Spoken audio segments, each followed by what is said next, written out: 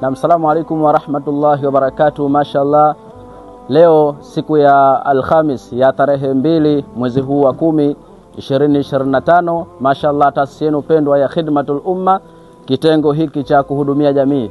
Leo tupo mtaa huu wa Yombo Machimbo hapa Temeke, ndani ya jiji hili la Dar es Salaam.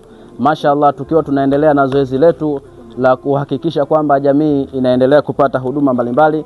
Leo alhamdulillah tumewaletea ndugu zetu hawa, mama zetu hawa pamoja na watoto mashallah kama mnavyoona, lakini vile vile pamoja na wazee mashallah, tumewaletea sadaka ya chakula aina ya wali mweupe mashallah kama mnavyoona. Nichukue fursa hii niwashukuru wadau wetu wote ambao kwamba mnashirikiana nasi.